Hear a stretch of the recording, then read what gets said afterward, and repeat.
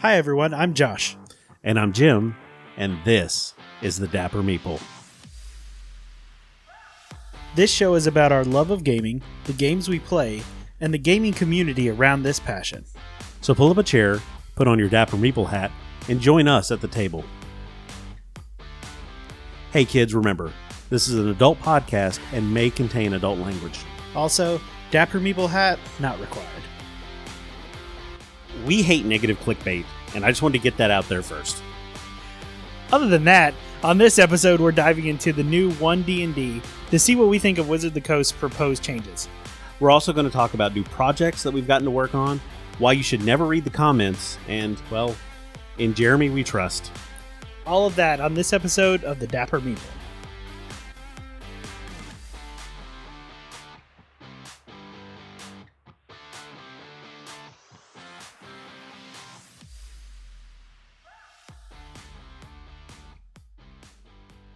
Hey, so if you've been listening, you probably caught our last special episode that we dropped, where we got the chance to do another board game review for a game that is not out yet. It was currently in production/funding over on GameFound.com, and that was Intergalactic Ace.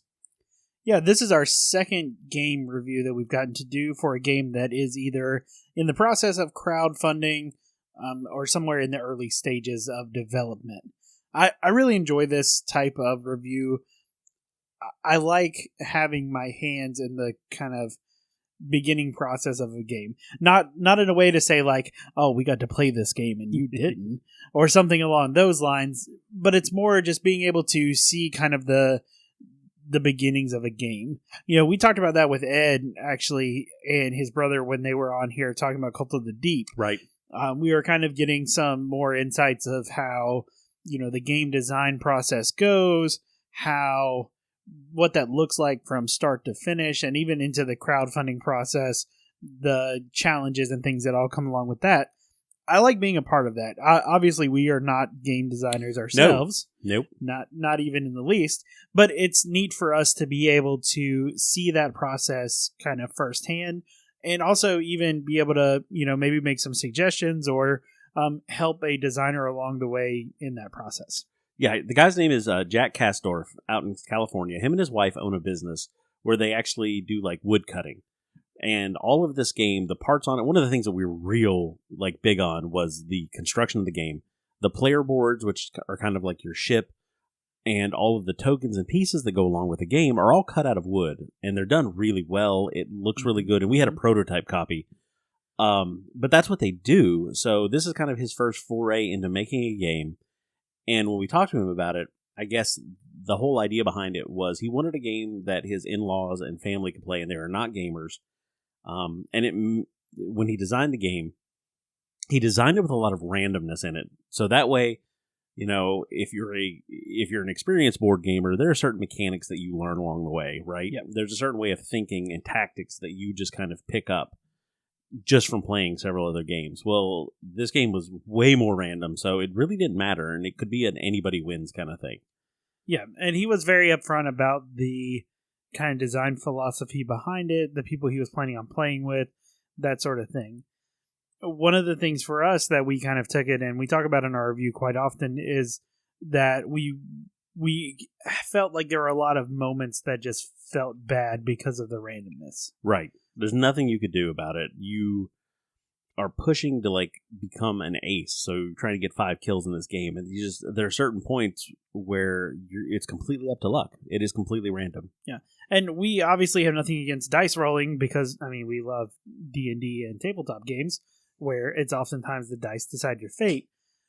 But when it comes to a game like this specifically, where it's more of a competitive type nature, sometimes it really does. It just feels bad when there's absolutely nothing you can do. So we actually tweaked it a little bit. We played with some suggestions that we thought might feel better, giving a little more player agency and things like that. And we shot that back to him, which he received mostly positive. I think kind of a, wow, I never really thought about that kind of thing or looked at it from that perspective, which I think is a huge part of getting people to play test your games. Right. 100% getting people to look at things from another perspective. And like I said at the beginning, by no means are we, the gurus of game design or anything like that. But I think we're just two guys who have played quite a few games who kind of have a certain expectation of a way a game should feel. Right. I mean, there are lots of different kinds of games, and I mean, we even love Dice Throne, which is, again, completely dice rolling randomness across the board. But it still gives you that opportunity for those player agency moments. Right, that Yahtzee roll type mechanic where I've got a couple of tries to get this to work. Yep. You know, and then the cards change and things like that. Yeah, and even in his original book, the last page of the instruction booklet tells you, like, hey, don't read this until you've played, you know, a time or two. Yeah. And that's because they were kind of like some more advanced rules. Most of them that I liked, most of them is some of the stuff we used when we were talking about tweaking things. Because it was really, like we say in the review, the bones of the game are good. Yeah. Like, everything, you can make an incredible game out of this. It was just some playtest stuff that we were like, hey, this kind of feels better if we do it this way. I actually passed that game on to a friend of mine, and I'm waiting to hear back from him to see what he thinks. The game itself just funded on GameFound, like, I think yesterday. Yep. 27 days in, and it funded. So we're going to get the game. We backed it. I'm excited to see what the finished product looks like. It's really, you know, I mean, it packs up small. There's a lot in that box, you know, and it's something you could break out on a plane or train or whatever. So best of luck to Jack, and like, I'm really excited to see what the final product looks like. Yeah, there are a lot of positives that we had about the game. You can go check out our review, not only in the small mini episode we did, which was published right before this one, but you can also go take a look at BoardGameGeek.com at the Intergalactic Ace page. We actually did a write-up on there of our thoughts and review on it there. Mm-hmm. So definitely go check it out. If you are interested, back it. Like we said, it's a great game right out of the box as it is now with absolutely zero changes. It's a great light game, but I think it really has potential to be something even better. Right. And I guess that kind of brings us back to a discussion that we had before about somebody asking me if we would ever do a negative review on a game. And for those of you that listen, we do the Games We Play segment, which is where we'll take a game and break it down for you, give you our thoughts, what we liked about it, what we didn't like about it. Mm-hmm. What I don't want to do is ever do a review where I'm like, this game sucks, and just throw it away. You know what I'm saying? Yeah. Like, I want to have some constructive feedback if I don't like it, or be able to explain why I don't like certain parts of it or whatever. So, and there's a lot of games out there that we played that we liked, and we've only got, this is episode 24, so we're getting to it, you know, maybe one day, but something like this where, you know, a designer has asked us to, hey, can you play my game and do a review on it? And, you know, that'll help the funding, the crowdfunding, it'll help get the word out there to people. Something like that is a little bit different, but I still, by no means ever want to just, you know, shit on a game and be like, you know, this sucks, and that's the end of the discussion. Yeah, I feel like we still want to be honest about how we feel about a game. And I feel like for us, even when we were playing that game, we struggled with it a lot because we felt that there was something missing. Right. Like something that needed to be tweaked or changed just a little bit. But it took us, 12, 20 plays to figure out exactly how we would do that or what we would do with it. And I think that's kind of the approach that we take on things, is that we push for a more positive outlook when it comes to things, especially within this hobby. Right. We've talked, our whole shtick is about, you know, being positive, bringing people into the hobby, making sure there's room for everybody. And along with that goes the whole accepting people as they are, with being positive about, you know, the different aspects of culture and people and things like that. So I think we kind of pull from that automatically. But at the same time, I think it's a whole lot easier to have discussions that lead places, like better places, when you are able to not only look at, what you don't like about something, but also, let's look at it constructively and what can we do to maybe make that better or tweak it slightly so that it's more beneficial. Right. Right. And this whole discussion is part of, you know, my pet peeve for this week too, where I got an article that came across my Facebook page from CBR.com, and it was the 10 most cringeworthy monsters in D&D. And it just annoyed me because it is just, they're so invalid. Like, it really, there are a lot of these pieces that I see too, like the 10 worst spells in D&D and the 10 board games that you should never play. You're like, why write that article? Like, how miserable are you today?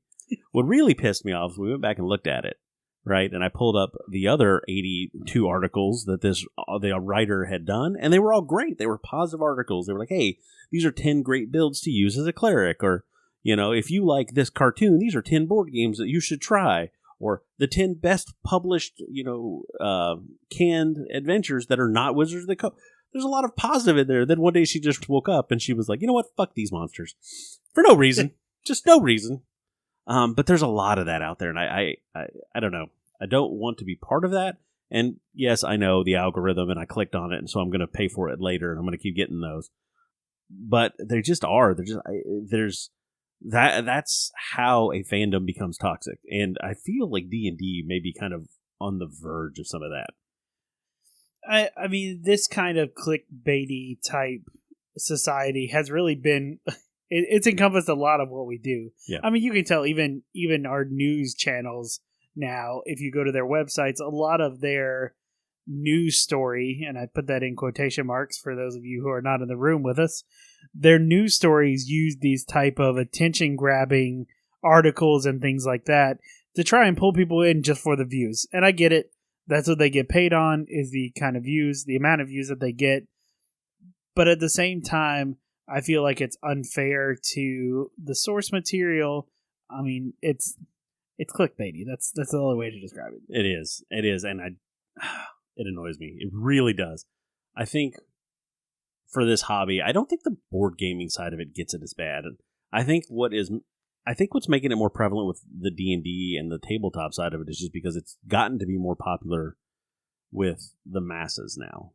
Yeah, I can see that. I mean, you still, the other day I saw videos on YouTube that it was the same thing. The titles were like, these are 5 board games that lie, or something like that. And I'm like, what does that even mean? Like, I don't have time to watch this video, but it's stuff like that.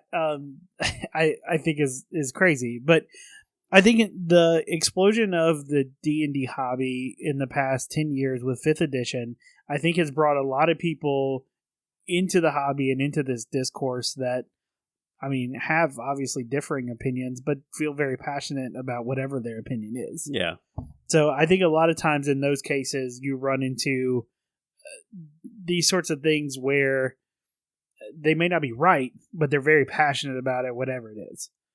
I mean, take a look at the Star Wars fandom just for reference. I mean, when the most recent trilogy of movies started coming out, I mean, it was like the reviews ranged from this is the best thing they've ever put out to they just killed Star Wars. Yeah. And I think that's part of that. I feels like is internet culture, where the exaggeration is kind of the thing. Don't read the comments, kids. Just don't read the comments. Yeah.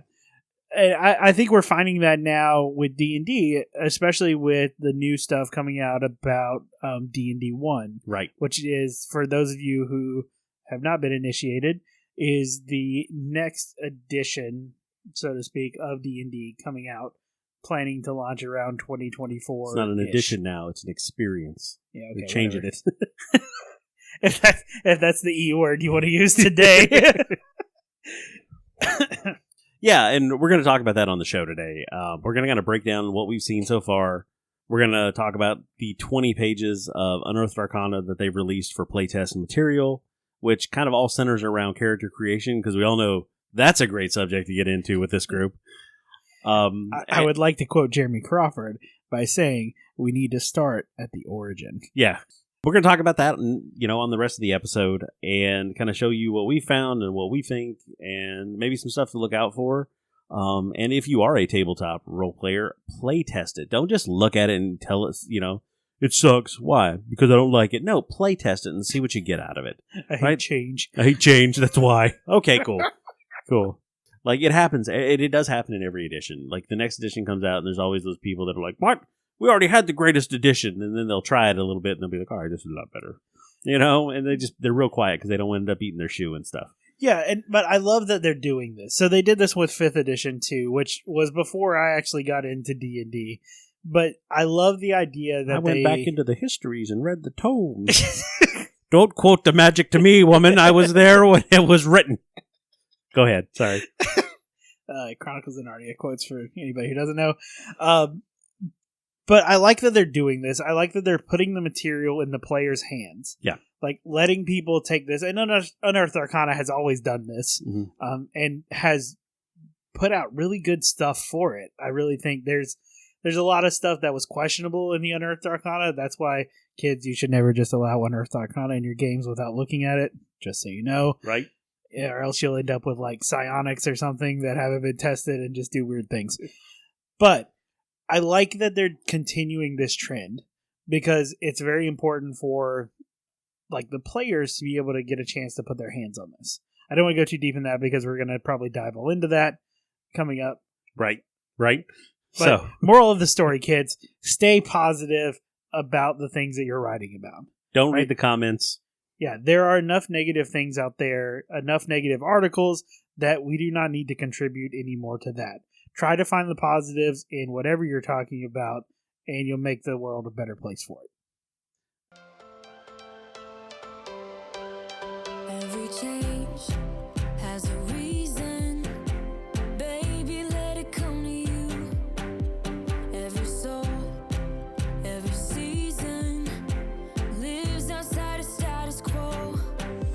If we stop believing we're meant to be expanding. All right, so let's just jump into it with both feet. Earlier this week, Wizards of the Coast, and I guess Hasbro, their parent company, did a live Twitch stream where they were talking about the next version of D&D that they're coming out with. I guess, first off, let's start with saying that they repeatedly said that this is not the next edition, but D&D is going to change fundamentally moving forward. And then they kind of started laying out all the steps for that. So there's a lot to talk about. And this is our opinions. We're not getting paid or anything for this still. And this is just kind of what we've kind of gleaned out of it so far. But if you're listening, Jeremy Crawford, and you like it, we could be paid. Right? I know you guys got your own podcast, but... We could be a sub-podcast. And we're cheap. Yeah, real cheap. Like free books cheap. Like. But anyway, so checking out this, they have currently dubbed it The other way around. 1D&D. So what is 1D&D? 5th edition was a massive change for Wizards of the Coast and the gaming system in general. We talked about it before on this podcast, just how popular it has become. Mm-hmm. And I have ran games and had people come sit at my tables that you would not normally think of when you pictured your typical D&D player. Yeah, I feel like 5th edition really opened the door not only for just popularity reasons, but also for just accessibility. Yes. And I feel like we see those changes reflected in now the diversity that's coming to the game. Yes, definitely. Definitely. If you look at any of the live play events, like the D&D Live that they do every year, if you look at any of the live play streams, of which there are hundreds, if not thousands now, even if you're just looking at like, your top 10 list of who's out there streaming live play D&D games, it is not people that are like hiding in their parents' basements or whatever the stereotype is. There are successful people that are engaged and living in their life, and they come and they sit around a table and they roll some dice and play a game. They enjoy it. Again, Critical Role was probably one of the biggest factors for the expansion of just the audience. Yeah, I would say that between them being probably the grandfather of the live streams, but just live streaming in general, people being able to see what a game of D&D looks like without having to jump into the stigma of going to someone's house or meeting in the back of a CD game store or whatever they expected to, as they saw as the price of entry into D&D. now that bar is completely lowered, if not eliminated. I think so. Yeah, because now you pull it up on YouTube and you just type in Dungeons and Dragons live stream, and then you have options across the board of being able to see people playing this game, and a lot of really good people playing this game. Right. Like fantastic storytellers that without this, live stream and the popularity of D&D, we would have never got to experience. Oh, absolutely. And I think 5th edition was a fantastic vehicle for that drive. Yeah. Right? Like 3rd edition was fine, 3.5 and Pathfinder is fine, but those are also set for people that like math. Like, let's not play around. We have talked about it on here. I played 3.5. I've seen some Pathfinder, and I could see where it's enjoyable, but I don't want to do all the math. Yeah. It is a lot more. There's a lot more, I think, in the mechanic side going on over there, just from my impression. Where 5th edition, I think, is lighter, I guess is a good way to put it. I would call it less rules heavy, or maybe not even necessarily that, but it's less like player requirement heavy. Yeah. Like it doesn't put as much strain and stress on the player. I mean, we're almost wrapping up our first Learn to Play campaign, our little 5-session run. It's been fantastic. But I mean, I remember session 0's character creation was tough. Yeah. Like, because for us who have created, countless characters, like it's Too not, many. Yeah, it's not as bad. We understand how the mechanics work. We understand what those numbers do. But sitting there with somebody who is looking at the sheet for the first time and it's blank, Yeah. like that's where you really go, all right, just let's focus on this side over here first, and we'll work through this, one section at a time. And it takes time, and they eventually kind of come around on it, but at the same time, like, it's intimidating for new players. Right. And I can see where something like Pathfinder with even more character creation options, even more like skill tree splits and things like. Well, their core rulebook is like 600 pages.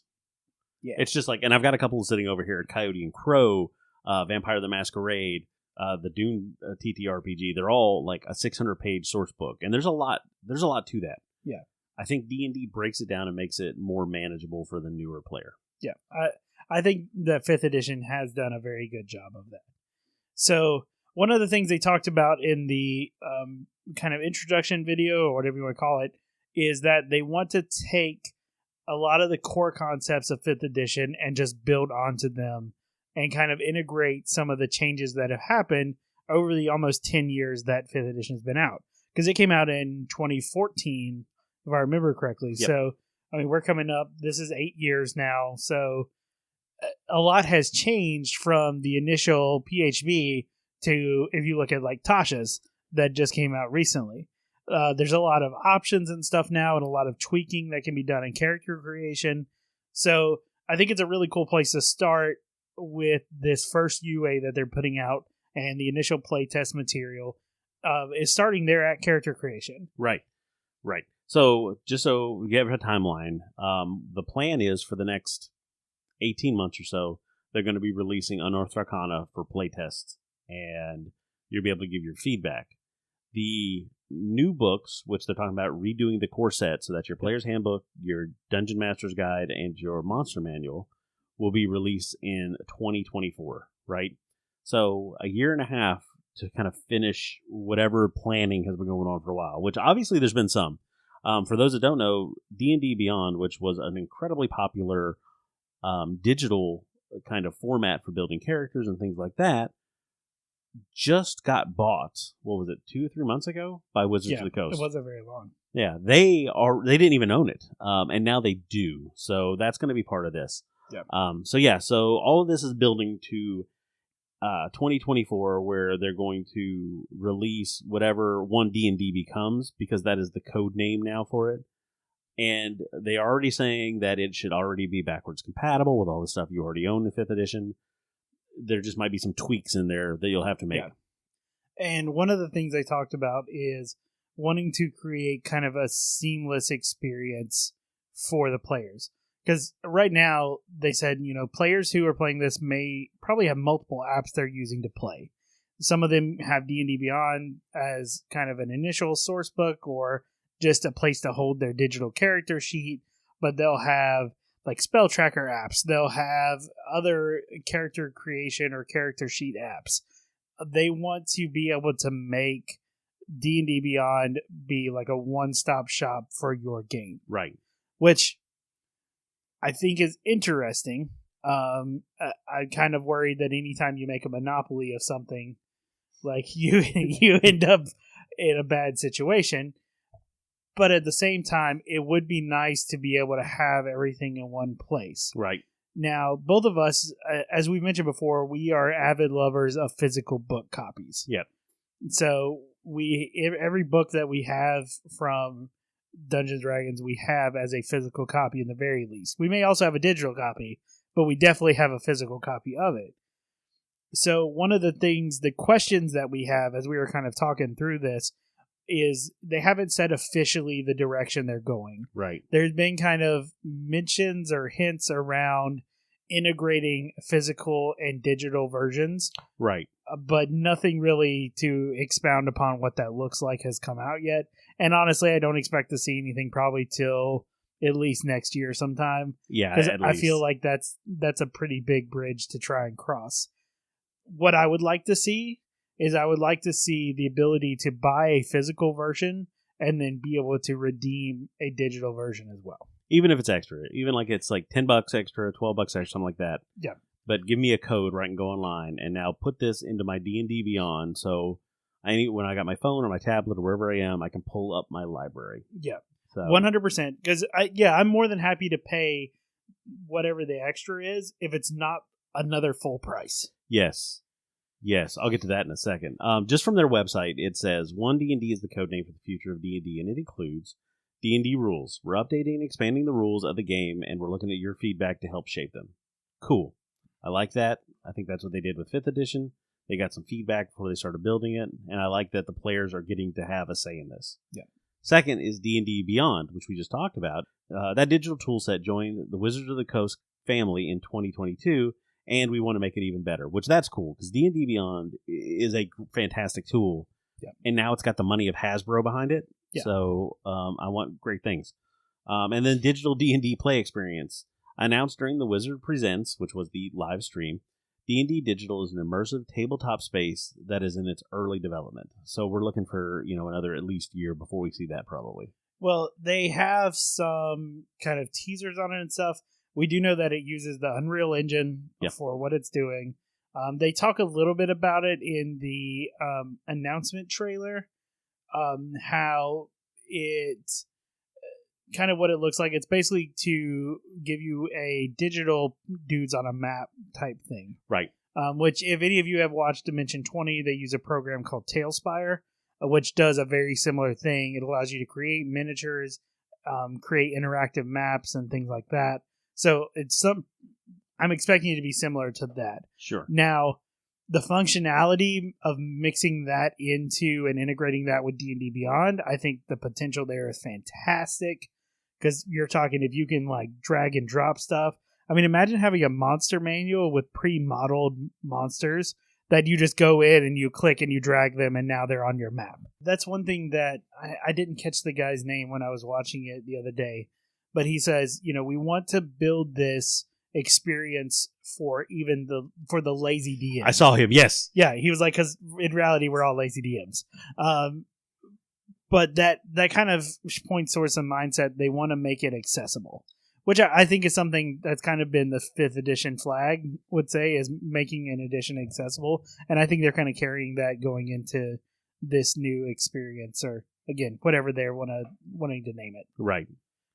I mean, there have been some people out there with the sky is falling mentality. Of course. There was one that we were talking about just kind of in reference to the physical and digital copy. I heard somebody on a video talking about, well, Wizards is going to try to cut the, your friendly local game store out of the equation by only offering it, you have to buy through Wizards to get that. And that doesn't make sense to me for a lot of reasons. One of the reasons I think it just doesn't match their current like corporate philosophy is because look at the way they're doing special edition covers. Yes. So those are only available through your local game store, or once eventually Amazon buys them from a local game store and then resells them to you for an exorbitant fee. But mainly, they're supposed to be through your local game stores, not mass market produced companies. That's right. So it's only stores that are involved in the Wizards Play Network, if I'm not mistaken, are able to access those copies to be able to order them for, the people who shop at their stores. Yeah. Which I think is awesome. And they usually are freaking gorgeous. Yeah, I think most of the covers that have come out that had an alternate cover, or most of the books that have come out that have an alternate cover, that's the ones that I've bought. Yeah, I think there might have been one or two that I like the original art better, but for the most part, they're fantastic. Yeah. Like they do a really, really, really good job with it, because at the end of the day, and we've talked about this before, no matter how much you enjoy playing online, D&D around a table, there's nothing that you can touch it. Just hits differently. Yeah, it really does. And I know this hobby oftentimes attracts people who are more to the antisocial side of the spectrum. But if you can get over that and can figure out how to maneuver that and manage that on your own, this game played sitting face to face with other people and being able to interact not only off of what they're saying, but their body language and their expressions, those kind of things make this game fantastic. Yeah. And really what include a lot of the draw to it. So I don't think it makes sense for Wizards to want to cut out their local game stores. If anything, I could see them wanting to push it more that way in giving the game stores things that the bigger mass market retailers don't have. Right. Like alternate covers, like special editions or special codes for D&D Beyond for certain things. If just kind of thinking about their business model as they've operated so far, I think it does nothing but benefit them to really include local game stores in their marketing and the way that they do it. Yeah. And I think the local game stores have been a huge part of opening this game up with the Play Network, where you can go and play D&D League Night, where you show up and you build a character and you will play through an adventure, and the game stores have their own DMs that are running things. On top of that, we talked a little bit in our last one about the gig economy. DMs are being paid to run games, and they're doing it online, but they're also doing it in person. We have a group around here, and I think it's the Rogue DM.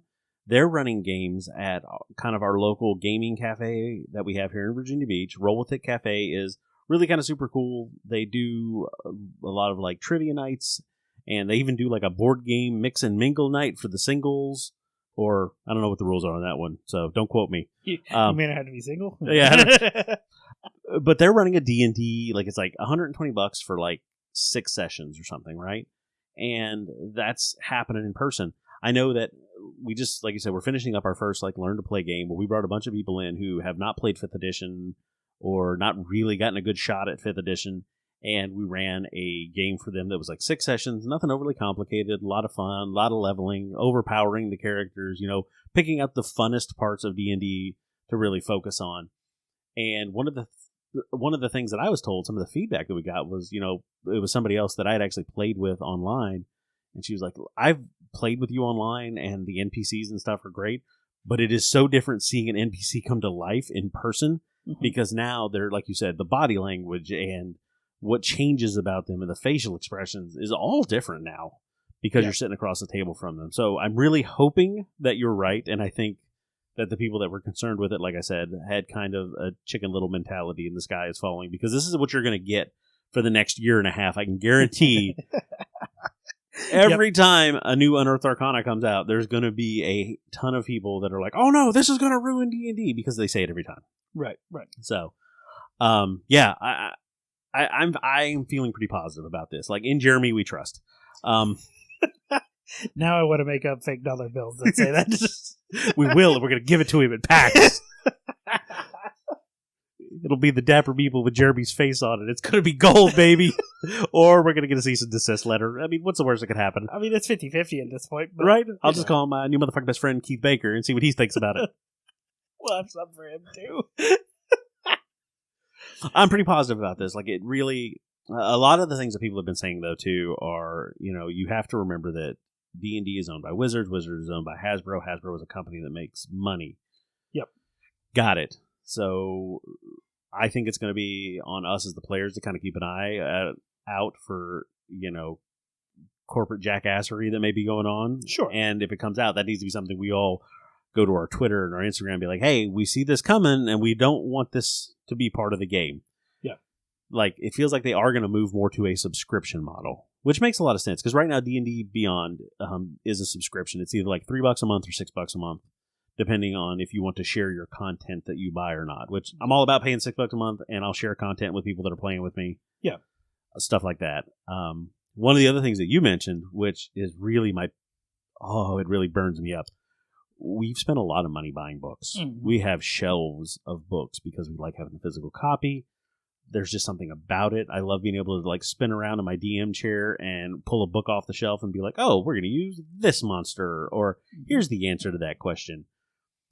If I decide to go into D&D Beyond because I may be a little late to that game, am I going to have to buy all of my books again to have access to the content? Yeah. Which, I mean, these are a lot of questions that still need to be answered, and there's tons more on top of that. Right. But we still have the 18 months to really get where we're going. Right. I'm not jumping to conclusions yet, but all I'm saying is D&D Beyond used to not be owned by Wizards, but now it is owned by Wizards. And I gave Wizards my money once, and I'm okay with giving them a little bit more money if they let me have access to it digitally. But if you're going to charge me another $50 for every book, yeah, like it's a hard sell. That's a tax return, right? Yeah. We do have a lot of books, but yeah, absolutely. I think again, it's the question of kind of how to be fair, because you, at the same time, I'm sure there are players out there who have full digital libraries. Like they spent $50 for every single book that have come out, and they have them in their D&D Beyond. So you need to be careful about, offering discounted rates of those books, because we don't want, I could see as a company, you would not want to like piss off the other half of your base type thing. You know what I'm saying? Right. So I understand that that's a tricky and fine line to walk. I just hope that they can come out with a solution that would be acceptable to, both sides. Yeah. Yeah. And I'm good with that. Yeah. So, like I said, we're giving you 18 months. In Jeremy, we trust. Like I mentioned in our segment before this, I really like the fact that they are putting the playtesting material in people's hands, in the actual players' hands. And that is where it is our job, our duty as players, to take this material and actually give it a shot. Yeah. Don't just look at it and say, well, on the surface, that looks like garbage. We talked about that in our game review section. This is something you need to actually put into play, because on the surface it may feel like, I don't like that change, or that seems really overpowered, or I don't know if that will even work. Give it a shot. Yeah. Like, actually put it in players' hands, play with it, run it as a DM, see how things actually work. And then be able to go back and say, okay, well, this isn't so bad. Because at some point, Wizards is a large company. They have a lot of people who have been doing this for a long time. Right. And as we mentioned before, that we are not game designers, I think we need to be fair and also like give the material that they've put out a chance. Yeah.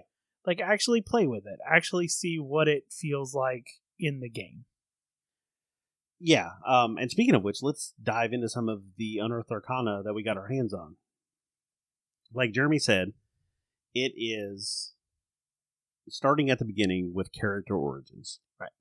So they're changing it up a little bit on how you build your character, which I think they kind of hinted at this was the direction that they would be going with Tasha's.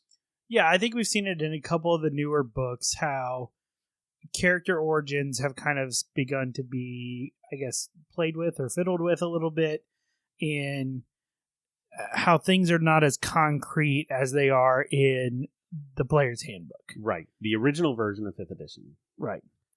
I do. So let's talk changes first, and then we'll talk about how we feel about the changes.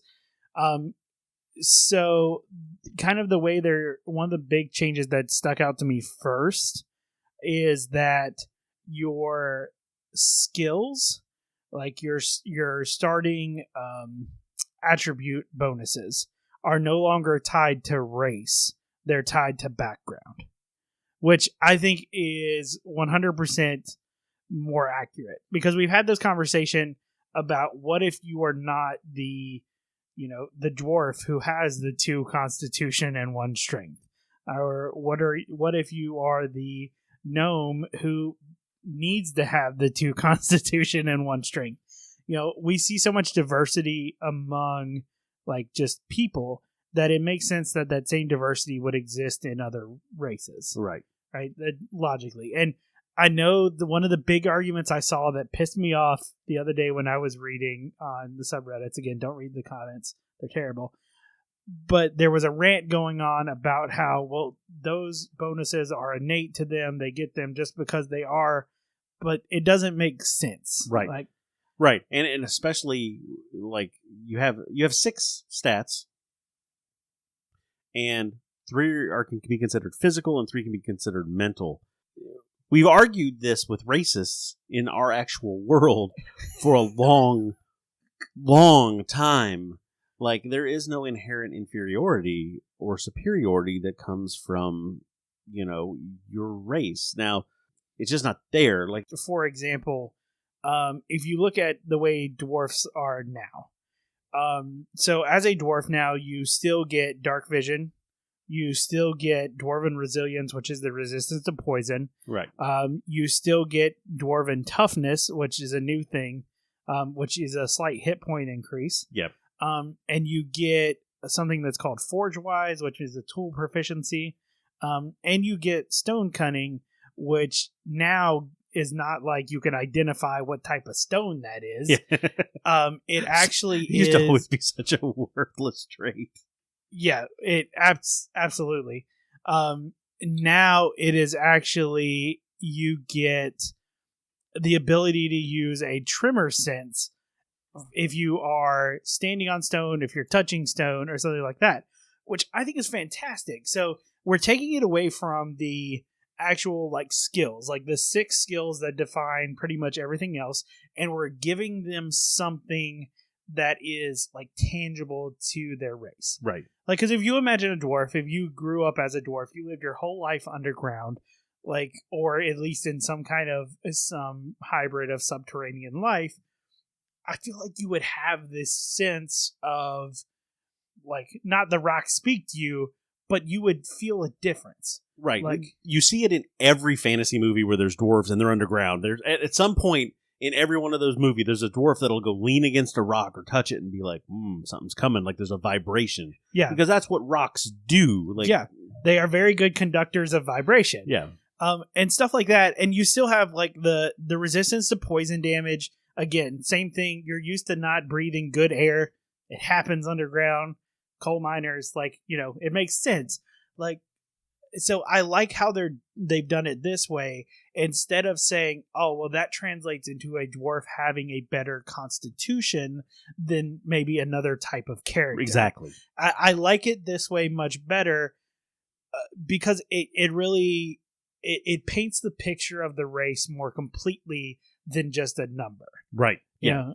And those numbers, like we said, those stats represent your character, in the different traits. And there's nothing about being a dwarf that inherently affects those. Right. I think, so one of the ways they were kind of describing it when I was listening to, there's like an hour-long video that came out about this UA that is Todd Kenrick and Jeremy talking back and forth about it. And one of the things that Jeremy talks about is how, like, just because you are a race doesn't really mean you should have those. It's more about what you did leading up to becoming an adventurer. Right. And I think that is fantastic. I that's how I picture characters. Yes. Like, that's much more in line with the way that I would, when it comes to character design, picture them. And in fact, if you look at some of the other races, the same thing. In fact, we were talking about humans because humans have a new feature Yes, that they is do. called resourceful, where you gain inspiration whenever you finish a long rest. And at first I was like, man, that's crazy. That's a free advantage roll every time a human character finishes a long rest. But one way that it begins to go and describe it, it describes how humans are probably one of the more versatile races. Like you find them in multitudes of different areas of the world, like in all sorts of different climates and cultures and all sorts of things like that. And they're also one of the shorter lived races, right? Normal lifespans being under 100 years. But yet they're still able to do these fantastic things with the short lifespans that they have. And to like I don't know as personally, if I were trying to design a way to make that like it's some tangible mechanical way of making that experience of trying to show how like a human, even though they don't live as long as elves or dwarves or anything like that, are still capable of, you know, the art and the creation and the culture that these other races have. I don't know how else I would have done it. Yeah. Like, I think it's a fantastic little nod to that says, hey, humans have this, it's something about them. Right. Even in the original, they talked about that with humans, like being a short-lived race, but they all aspire to this greatness where a lot of some of the older races are they just, it happens for them. If you do anything for 800 years, you're going to get good at it. Yeah. Humans don't have that kind of time to spend, so they do aspire to a level of greatness that is considered beyond them by some races, but they achieve it one way or another. And I think, like you said, that is a great way to show that. They wake up inspired. Yeah. And like, because one of the things we talked about is that kind of looking through the player's handbook, or the original one from 5th edition, there were some things in there on the different races that just, they didn't do anything. Yeah. You know, they were there for flavor, but it just never got used. Yeah, 100%. And I feel like these kind of changes are just as much flavorful as they are mechanical. And that's kind of the balance that I would want to see. That's what I want. There's plenty of fluff that can be added into the game for flavor wise. Like, if it's going to be in a rule book, like, let me have a reason for it being in there. Right. So let's talk about, because it kind of breaks it down. So your race trait, what does your race get you now? It gets you a creature type, right? Yep. So every character in D&D, player or NPCs or monsters, has a creature type.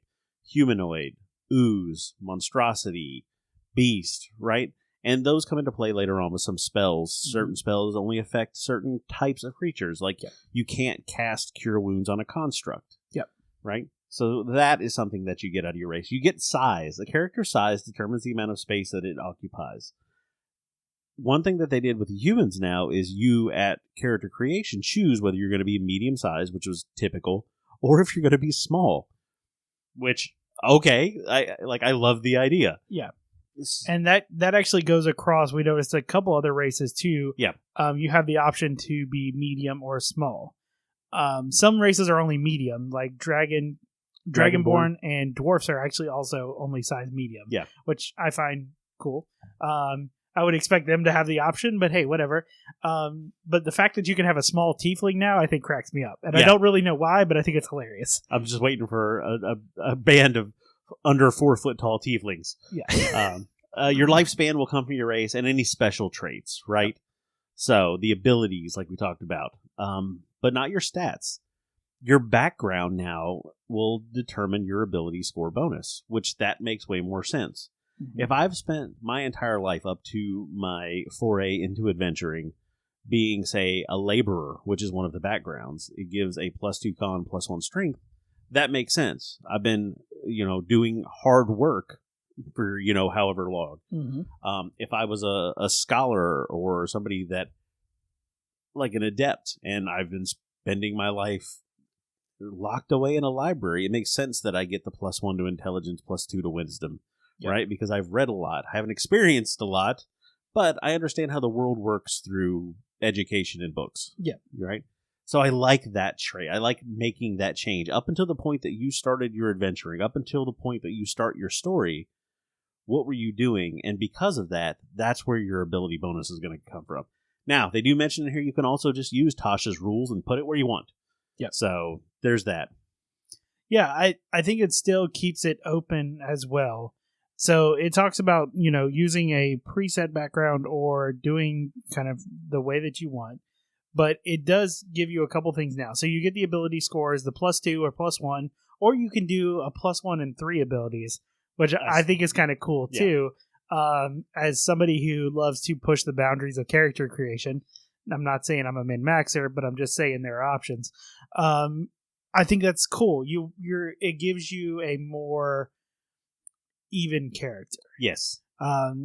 Also, everything else are pretty standard. You get the 2 skill proficiencies, you get a tool proficiency, you get a language. So you get common, and then you can choose a language from the standard languages or rare languages table, which pop up later on, and then your character knows that language. So you also get a language from your race. Yes. And then you have common. Right. So you have 3 in all. One from your race, one from your background, and one you get to choose. Yep. So the one change they made, now your backgrounds give you a feat. Yes. So if you are hearing that and go, oh God, here we go, they've leveled the feats now. So there are first level feats, and that's what you get in your background. So some of the ones just kind of a quick drop down of what we get. Magic Initiate now is a first level feat. There's a feat called Crafter, which is actually a new one. It's pretty cool. There is a new musician feat, which we'll talk about these more here in a second. Yeah. But they aren't game breaking. No. It's not like you're getting, the marksman feat or combat feats that people always get when you're trying to min-max a character. That's not the feats that they're giving. Great Weapon Master, Polearm Master, stuff like that. Stuff like that. Instead, you're getting these, which are still useful, and they still add flavor to a character as well as mechanical significance. But now that everyone gets them, I don't think they're game-breaking by any means. One other thing that they did with races is they've removed the half races, it looks like. Yeah. So half elf and half orc were in the original player's handbook, where half elf, everybody's heard that story. Like a human falls in love with an elf and they end up making a half elf. What does Joe Cat say? The dirty little pointy-eared mongrels. But I think the half orc has always been problematic. Yeah. As a race, because orcs are, especially at the time, portrayed as savage. So how did you make a half orc? They're 9 times out of 10 that is not a positive story. So they've removed it, and what they've done is they kind of threw some rules in here for children of different humanoid kinds. Basically what you can do is if you wanted to pick 2 different races for your father and mother, you can do that and just kind of pick the traits that come along with those races and kind of balance it out. Yeah. So I think it makes a better story. Yeah, it does. For 100%. I like that full orc is now it's just a playable race. Yeah, right. They went back to that. Yep. Yeah. We had what was it, Volos? Mm-hmm. Yeah, had a couple monstrous races that you could play as, right? I like that we're working away from that more or less. It's not to say that there aren't bad orcs out there, right? They still exist. But now you can play as a character that is not necessarily one of those. Yes. Or if you want to do a game where you are all one of those. It's really, again, this is all the fun of D&D, that you can tailor a game however you want to. They introduced a new race that I had not seen before, the Ardling. Yep. And the Ardling seems to be somewhat of a celestial version of the Tiefling, which I thought was the Asmir before, but I can kind of see where I guess it's a little different. They don't, because Asmir kind of just fit into humanity, right? They blend. Yeah. The Ardling does not. Where with tieflings, there was always something, right? Like they either had like red skin or horns or fangs or, scales. There was always something that kind of showed that demonic or devilish lineage that they had. Well, the Ardling has kind of the same thing, where the Ardling, they describe them as being humanoid, but having the head of some sort of an animal. Right. And there's a couple different versions: the Exalted, the Heavenly, and the Idyllic. And they kind of give you like a different suggestion for each one of them in the thing. So if you're playing an Exalted Ardling, they suggest a cat, an eagle, a goat, or a mule for your head. I don't know why those animals are more like, they lean more toward the chaotic good. Heavenly, they're more lawful good, and they're like an elephant, an owl, a pig, or a stork. I don't know who's picking these out there, but that's just the suggestions that they make. So that's a new race that gets a fly speed as well. As a bonus action, you can spout spectral wings and fly up to a number of feet equal to your speed. If you're in the air at the end of this, you fall. There's nothing holding you aloft. So, I mean, pick your landing spot well. As a bonus action, you can use a number of times equal to your proficiency. That's one of the other things I've noticed is they're tying a lot back to proficiency. Yeah, that seems to be the new kind of limit, where it used to be like a certain modifier. Yeah. Was a lot of times the limiter for whatever it is. Now it's proficiency, which I think does a couple of things. I think it prevents a min-max character from being as good. Yeah.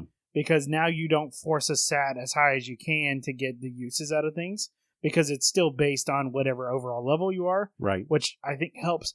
But it also helps characters who are multi-classing. Because sometimes when you're multi-classing, you don't get the ability score increases like a regular person who stays in a specific class would. Right, somebody just goes straight through. Yep. So now that some of these abilities are based on your proficiency, you'll still have access to those at the same intervals as other players do. Which that means that opens up a lot of more character options for viability. Right. Which I think is fantastic. Because if you want to do, that crazy character that does the thing that most people would never think of doing, now you can and not be necessarily as punished for it. Yeah. The Ardlings also get spells at first, third, and fifth level just for their class, or for their race. Yeah, there are a couple other races that do that now too. I know elves, they get them based on the type of elf you are, which we have the drow, the high elf, and the wood elf. I do like how they've done, because it feels like it matters now. Yeah. So, just for instance, I think the elf is probably the most well-known division of the different races. So if you are a drow, the first thing you get is your dark vision increases, which everyone expects that, but you get the dancing lights cantrip. Right. At third level, you get fairy fire, and at fifth level, you get darkness. So if any of you have ever read any of Salvatore's novels, you see the dark elves or the drow using these abilities. Yes. All the time. So that's cool. I'm glad we're staying true to the lore. So then you have high elves. You automatically get prestidigitation, and when you finish a long rest, you can actually change that cantrip with a different cantrip. Right. Which I think is fantastic. That kind of goes with the high elves being the keepers of magic. They tend to be the ones more in tune with arcane magic and things like that. So fantastic. Third level, they get Detect Magic, and fifth level, they get Misty Step, both of which are kind of iconic arcane spells. Right. The Wood Elf, though, you flip that over to the more nature-dwelling natural elves. They get a slight increase to speed, and they get the Druid Craft cantrip, which is the nature version of Prestidigitation. Right. So fantastic. That all fits. They also get Long Strider at third level, and at fifth level, Pass Without a Trace. Both are usually ranger specific spells. I was going to say both of those have getting played a lot from the ranger side. Yeah, so I like how they kind of have that natural lean towards that class, which it's a fantastic choice for a ranger, I think, because it just fits. But there's a couple other races too that get the same kind of treatment. I know tieflings as well, depending on your legacy or fiendish legacy, you get different benefits and innate spells that you can cast as well. So I like the direction they're going with this because it makes it feel, it makes the different types of these races feel different. Yes. Gnomes get the same thing because there's the forest gnomes and rock gnomes. So forest gnomes get minor illusion and speak with animals. Blah, blah, blah. You can use that one a number of times equal to your proficiency bonus yet again. And then take a long rest. You can also use spell slots for it, and where rock gnomes will get mending and prestidigitation, where they can use prestidigitation, take 10 minutes to cast it, and they can create a tiny clockwork device, AC 5, 1 hit point, such as a toy, a fire starter, or a music box. So that's kind of cool with a little bit more flavor, but it's something in the race that is, again, tied back into the race and in the lineage. Yeah, 100%. So far, I really like some of the minor tweaks they've done to the races. I think it makes them feel unique. It makes them feel not only flavorful, but also have a mechanical tie-in for what they're doing. We talked a little bit about backgrounds already. That stuff is pretty straightforward. Not a whole lot of changes there with the exception of the additional first level feat. So let's talk about some of those. Yes. So the current list of first level feats that's given here in this initial PDF of the UA stuff is we have Alert, Crafter, Healer, Lucky, Magic Initiate, Musician, Savage Attacker, Tavern Brawler, and Tough. So starting with Alert, it is very similar to the previous Alert feat that was available in the original PHP. Basically, it says when you roll initiative, you can add your proficiency bonus to your roll. But the new change to it is immediately after you roll initiative, you can swap your initiative with any one willing ally in the same combat. Where it used to be, Alert was that you could not be surprised. They've taken that away. But I like this better. Yeah, I think this is fantastic, especially if you have either yourself or a person in the party who benefits from a higher starting initiative. Yes. Like Gloomstalker Rangers, you want to be the first to attack because of the bonuses that you get. So having the ability to manipulate that is great. Or if you have a caster that is able to do some sort of crowd control or something like that at the start of a fight, fantastic. So right, let them get that off. Yep, I like this change. It adds. I've always felt like initiative was one of those things that you just get stuck. It is what it is, and it's not game breaking or usually you're still okay at the beginning of the round whenever you get to go kind of thing. But I like being able to manipulate that. Yes, 100%. So the next one is Crafter, which this is actually a new feat. This one is really cool. So you gain a tool proficiency with 3 different artisan tools of your choice. So the artisan tools are usually things like the Tinker tools, the Brewer's Kit, the Stonemason's tools, things like that, to be able to craft things out of course. So you gain proficiency with 3 of those, which that's more flavorful. But then you get these couple things. You get a discount. Whenever you buy a non-magical item, you receive a 20% discount on it, which I think is fantastic. And I picture that as being a little card that you would have to carry around on your person. But I'm in the Stonemasons Guild. Yeah, absolutely. And then also you get faster crafting. When you craft an item using a tool with what you have proficiency, the crafting time is reduced by 20%. So it depends on how stringent you are on the crafting rules. Right. Whether or not this really makes a huge difference for you. But I like that it has flavor, but it also has mechanics behind it. Yeah. I do like how they redid Healer. 2 things you get from it are Battle Medic. So if you have a Healer's Kit, you can expend 1 use of it and basically let whoever you're working on, you get to roll one of their hit die that they expend, and they get some healing. So you don't have to have potions and whatnot handy.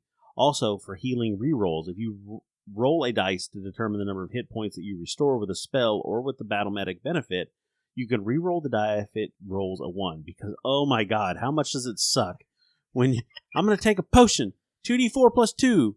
I got 4. What? Yeah.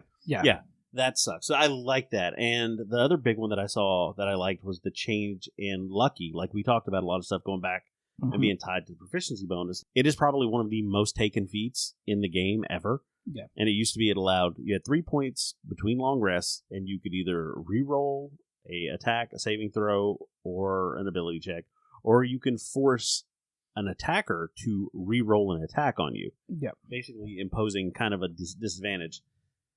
Now, it is, you have a number of luck points equal to your proficiency bonus, and you can spend them for advantage immediately after you roll a d20 for a d20 test, which is the new word for attacks, saving throws, or ability checks.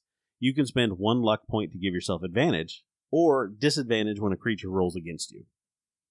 Yeah, so I like that it's tied to proficiency. Yes. Because it makes it less strong at early levels, but it makes it stronger at higher levels. Right, it scales it better. Yeah. Definitely. Magic Initiate pretty much stays the same. For the most part, you get the cantrips, you get 2 cantrips as well as a first level spell. But Musician is a new feat. And I like this. So we talked about this as we were discussing beforehand. It always felt like when in a character's background, it's like, oh, you get proficiency with 1 musical instrument. And everyone's like, cool, I'll take, name your favorite musical instrument. Usually something ridiculous. Yeah, like a kazoo. Bagpipes. Yeah. A hurdy-gurdy. Yeah, sure. And it was never really a mechanical feature. If you weren't a bard, it didn't matter. Right. And even if you were a bard, half the time it didn't matter anyway. But with this new feat, this is what you get. So 1, you gain tool proficiency with 3 musical instruments, right? That's cool. Pick your favorite 3. Now you get something called Inspiring Song. As you finish a short rest or a long rest, you can play a song on a musical instrument with what you have proficiency and give inspiration to allies who hear the song. The number of allies you affect in this way equals your proficiency bonus. Hello, if you're not a human, now you can give people inspiration just for playing. They're really handing out that inspiration, like we talked about. It was probably one of the more underused mechanics because a lot of DMs forget to give it out. Yeah. Right? Because it used to be something that it was a DM reward. And sometimes we get busy. There's a lot going on behind the screen. So I do kind of like that. Yeah, 100%. I like that this is an option now. You could be a fighter who is a lover of music and now is able to give his team or her team inspiration every short and long rest. It's Gurney Halleck. It's fantastic. Like that's, to me, that seems crazy because it's every short and long rest. Yes. Like, yeah. And it's up to your number of proficiency, which you start with 2. Which again, as we talk about, it scales really well. The last one I know we want to talk about because it's fantastic is the Savage Attacker feat. Savage Attacker basically says you have trained to deal particularly damaging strikes. When you take the attack action and hit a target with a weapon as part of that action, you can roll the weapon's damage die twice and use either roll against the target. You can use this benefit only once per turn. So every turn, you can basically have advantage on your damage. This is really strong, too. Yeah. I mean, it's not a plus 10 to your damage or anything like that, but just being able to have advantage on your damage die, especially those of you who like to use great axes out there. I know every axe is a great axe. Watch your dirty mouth. I know that D12 can be fickle. Yeah. Yeah, just being able to have advantage on something like that, I think is phenomenal. So yeah, those are the main ones. I do want to honorable mention Tavern Brawler. Because this has been a thing for 5th edition for a while. People trying to make, because they had Monk come out and people were like, I'm going to make a better unarmed fighter with a fighter. And I don't think it ever really works out well, but this does really help out. So a couple things you get out of it. You get the enhanced unarmed strike. Instead of just dealing 1 point plus your strength modifier, you actually will deal bludgeoning damage a d4 plus your strength modifier, which is how monks start their unarmed strikes. Whenever you roll damage for your unarmed strike, you can re-roll dice if it rolls a 1. When you hit a creature with you can hit them with an unarmed strike and you can shove them, push it up to 5 feet away. You can use that once per turn. And then my favorite part of this feat is furniture as weapons. You can wield furniture as weapons using the rules for a great club for small or medium furniture and the rules for a club for tiny furniture. Now, that makes the DM have to determine how big the thing you grab is, which I think is fantastic. But I love, like you said, again, there's flavor to it, but there's also a mechanic here. It makes me want to, if I had a tavern brawler in my game, for some reason every tavern they go into ever is just full of tiny furniture. But that makes sense. If I grab a chair and hit somebody with it, I'm gonna be able to put a lot of weight behind that. Two-handed, I'm swinging it hard. If it's not available and I grab a candelabra, that should be more like a club. It's gonna not do as much damage, but I'm still gonna get to swing it, right? Yeah, sure, absolutely. Like, I like that there is thought behind this. Yeah. I would much rather. I like the mechanical way that they're incorporating these things. Yes. Like, it feels like not only do we have things that are flavorful in this, like, first just initial run of this, but we also have mechanical tie-ins across the board. And that's one thing that I like to see. Because for me, having things that are just there arbitrarily, like, that don't mean anything, I'm not really a fan of. I think the other big change that came out of this was the D20 test, which is an attack, a saving throw, or an ability check. And they talk about the difference between rolling a 1 and rolling a 20. Rolling a 1 on the D20 it automatically fails regardless of any modifiers to the roll. Now that's kind of a reach back to AD&D and 3rd edition. Rolling a 20 on the D20 test automatically succeeds regardless of modifiers to that roll.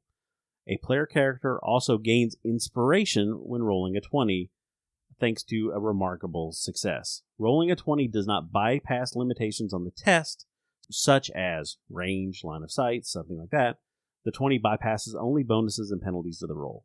I like this, the way that they're writing it. I was a little iffy at first because I liked in 5th edition that a 20 wasn't automatically a success, right? Like, I'm going to go and tell the king that I want to be king and use a persuasion check. I rolled a 20. Yeah, but I think what as we were discussing kind of our thoughts on this beforehand, I think this brings up the very important fact that not everything gets a roll. Yes. Yeah, and that's where we kind of settled on this. Like, I'm not going to give you a roll on that because it's impossible. Even if you somehow convince the king that he should let you be king instead, everybody around him is going to be like, no, who is this jackass? Right? Like, I think that's going to be on the DM to determine if a roll can be made or not. If it is possible at all. Yeah, so that's more ability checks. Yeah. If we think about attack rolls, I think this fits better. Like, this feels better as a mechanic. Yes. Because before, even if you, like, technically there should be a scenario where a character could roll a 20 and still miss in original 5e. Yes.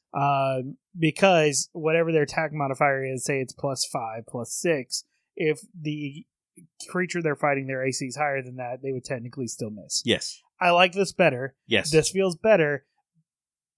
But if you're in that situation, you probably don't want to be there anyway. But this creates those moments where it's like, I'm going to try and shoot an arrow at the dragon that we're running away from, even though, like, there's no reason that we should be able to hit this, but I'm going to do it anyway. I've had exactly that scenario in 2nd edition playing AD&D. That I do like in the combat side, because that is, the divine inspiration, the should never have happened. That this is what makes your heroes, because at some point there was a touch of destiny. Yeah. That changed it. So I do like it for that. Yeah, but like I said, 100%. Yeah. I think the problem does come with skill checks. Mm-hmm. Because there are players out there, and I'm sure if you've played enough, you've played with them, where they say, I want to do this, and then they roll the die. Yeah. And it's like, whoa, hold up. Like, you can't just...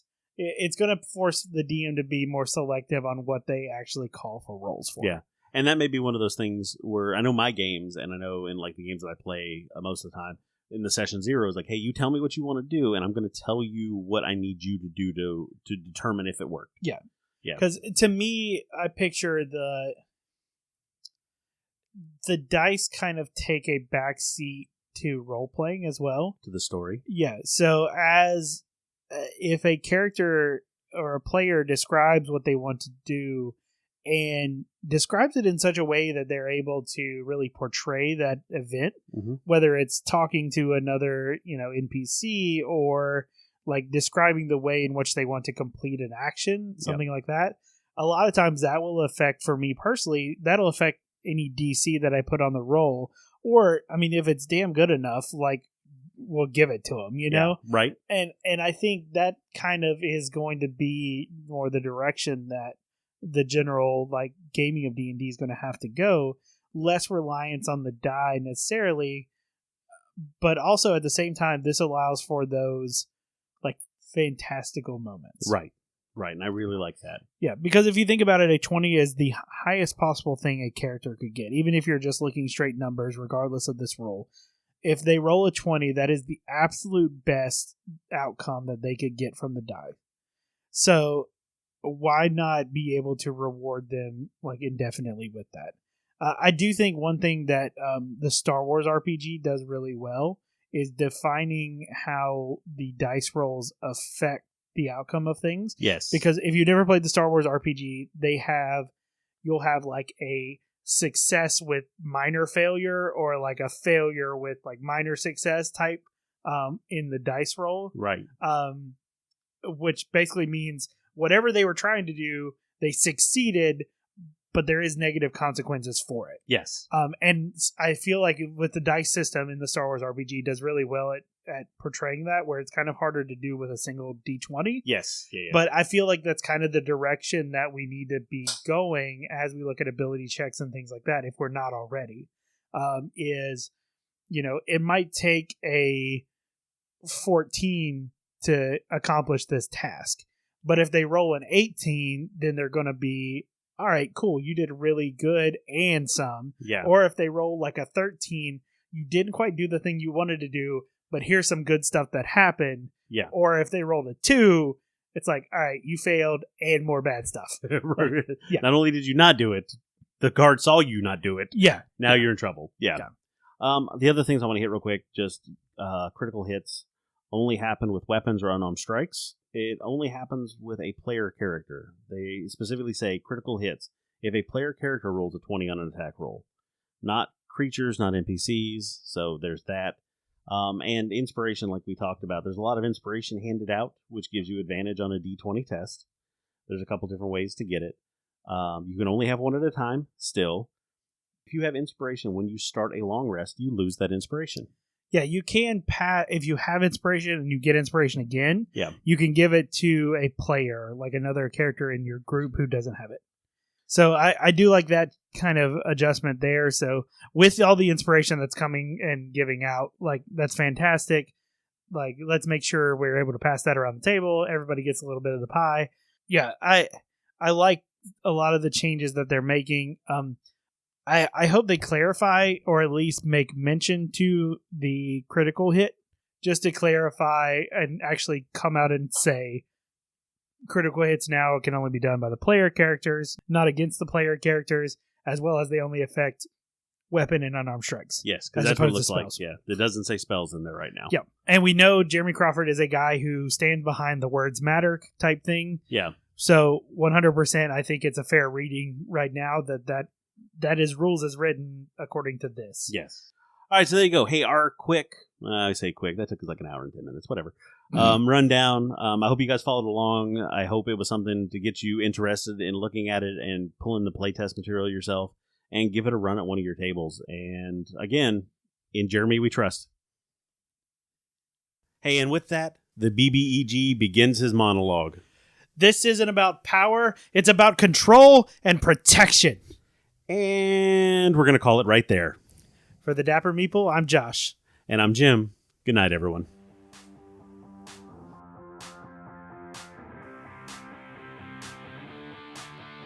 Thanks, everyone, for sticking around and listening to our show.